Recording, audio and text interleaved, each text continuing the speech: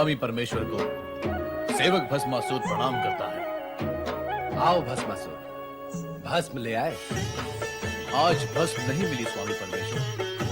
क्यों? स्वामी परमेश्वर, इस जगत में मनुष्य व असुरों की आयु बढ़ती जा रही है, बढ़ती ही जा रही है। मैं चारों दिशाओं में ढूंढ ढूंढ कर थक गया, परंतु मुझे कहीं भी कोई नई चिता नहीं मिली जहां से मैं भस्म प्राप्त कर सकता। सारे शमशान सूने पड़े। लगता है मृत्यु अपना कार्य नहीं कर रही, इसीलिए प्राणियों ने भी मरना बंद कर दिया है। अब चिंता तो यह है परमेश्वर कि मैं आपकी आज्ञा का पालन कैसे करूं। जितने जन्म होते हैं उतने ही मरण भी होते हैं। जन्म मरण प्रकृति का अटूट नियम है, इसलिए तुम्हें चिंता करने की आवश्यकता नहीं है। ढूंढने पर कहीं न कहीं तुम्हें चिता भस्म अवश्य मिल जाएगी। मैं सारे जगत का चक्कर लगाकर लौटा हूं स्वामी परमेश्वर। भविष्य में भी कोई चिता जलने या उसकी भस्म मिलने की कोई संभावना नहीं है। यदि आप मेरी एक प्रार्थना स्वीकार करें तो भस्म मिलने का उपाय हो सकता है। कैसी प्रार्थना? आप मुझे वरदान दें कि मैं जिस किसी के भी सर पर हाथ रख दूं वो भस्म हो जाए। इससे क्या होगा भस्मासुर? एक तो इससे भस्म की प्राप्ति होगी परमेश्वर, दूसरे वे वृद्ध जो व्यर्थ ही इस धरती पर भार है, मृत्यु को प्राप्त नहीं हो रहे, वे वृद्धावस्था की पीड़ा से मुक्त हो जाएंगे। मुझे वरदान दीजिए परमेश्वर। तथास्तु। अब तुम जिस प्राणी के सर पर हाथ रख दोगे वो भस्म का ढेर हो जाएगा, परंतु ध्यान रहे मृत्यु के समीप पहुंचे और वृद्धावस्था के कष्टों से मुक्त करने के लिए ही तुम प्राणियों पर इसका उपयोग करोगे। निर्दोष प्राणियों पर इसका उपयोग नहीं करना। कदापि नहीं परमेश्वर, कदापि नहीं। आप तो आशुतोष हैं, सभी की आशा को संतुष्ट कर देंगे। मुझे तो आशा भी नहीं थी कि आप मेरी प्रार्थना को सुनकर इतने शीघ्र वरदान भी दे देंगे। अब मैं कैलाश पर्वत पर चिता भस्म का ढेर लगा दूंगा। आपकी जय हो परमेश्वर, आपकी जय हो।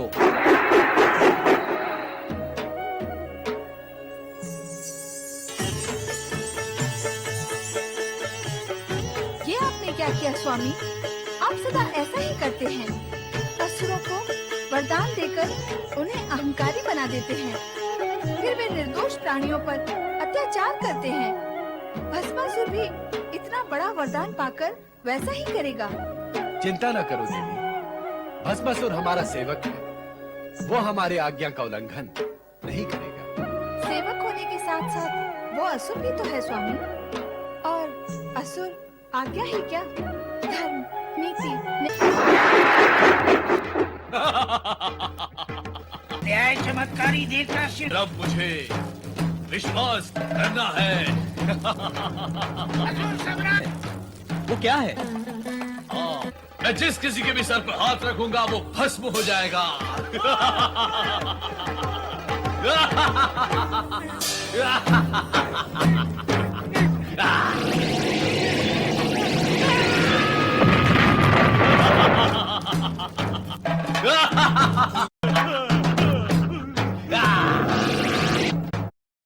रक्षा करे भोलेनाथ, रक्षा करे भोलेनाथ, रक्षा करे।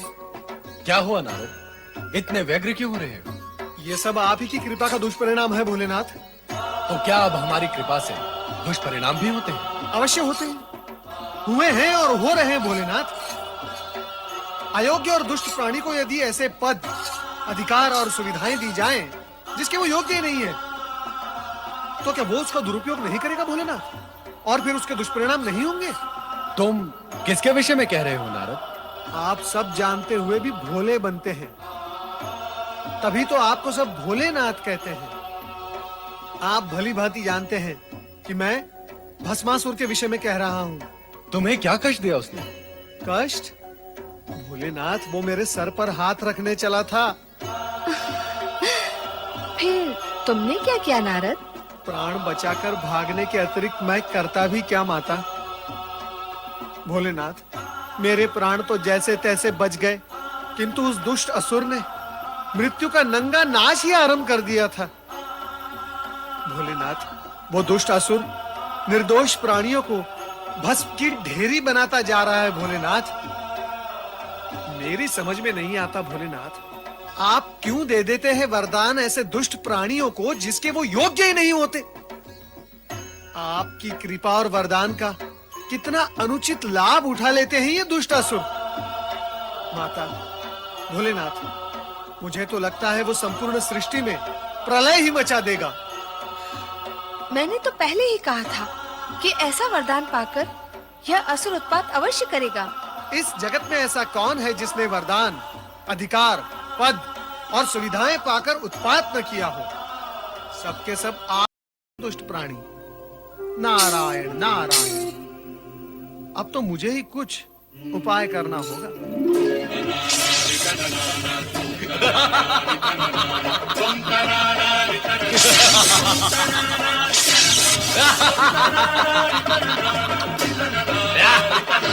रक्षा करें प्रभु, श्री हरि प्रभु हमारी रक्षा करें। नारद, तुम पर क्या संकट आ पड़ा? नारद, आज तुम्हें रक्षा की आवश्यकता कैसे आन पड़ी?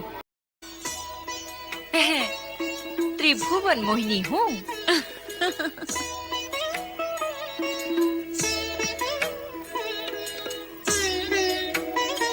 रूप और सुंदरता में मेरी बराबरी करने वाली अन्य कोई सुंदरी इस जगत में नहीं है। मुझे अपनी महारानी बनाकर जगत का सर्वोत्तम सुख भोगो भस्मासुर। मुझसे विवाह करके मैं तो तुम्हें पाने के लिए आतुर हूँ। चलो विवाह करें। तनिक रुको भस्मासुर। हमारी कुलरीति ये है कि विवाह से पूर्व अपने कुल देवता के सम्मुख नृत्य गान करके उन्हें प्रसन्न करना पड़ता है, नहीं तो कुल देवता रुष्ट हो जाते हैं और विवाहित जीवन संकट में पड़ जाता है। नहीं नहीं, हमें संकट में नहीं पड़ना है। हम असुर तो दूसरों को संकट में डालते हैं। बताओ, कौन है तुम्हारे कुल देवता और नृत्य कहाँ करना है सुंदरी?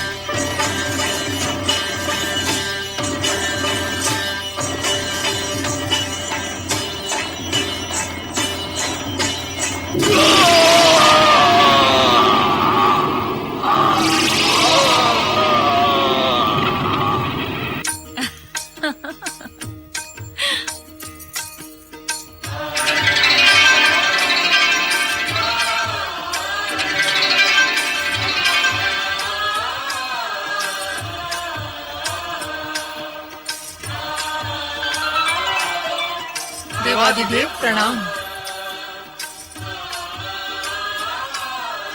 श्री हरि विष्णु, आपने हमारी भूल का परिमार्जन कर दिया। भूल? कैसी भूल महेश्वर? यदि आप भूल करने लगेंगे तो साधारण प्राणी की क्या गति होगी?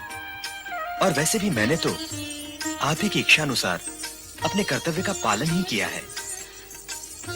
श्री हरि, आपने तो अपने कर्तव्य का पालन किया है, पर अब तो भोलेनाथ को भी अपना कर्तव्य करना चाहिए। मेरा कर्तव्य क्या है देवी पार्वती?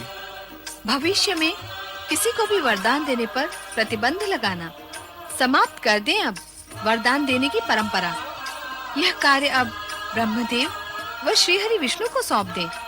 नारायण नारायण। माता जो दे वो देवता, और देवता देने का कार्य कैसे समाप्त कर सकते हैं? भगवान भोलेनाथ ना परंपरा त्यागेंगे, ना अपना उदार स्वभाव। वो तो भोले भंडारी हैं। अर्थात फिर से कोई कुपात्र निर्दोष जन पर अत्याचार करने आएगा? नहीं नहीं माता, अब भगवान भोलेनाथ केवल सुपात्र को ही वरदान देंगे। सच्चे भक्तों को हानि भी तो नहीं होनी चाहिए।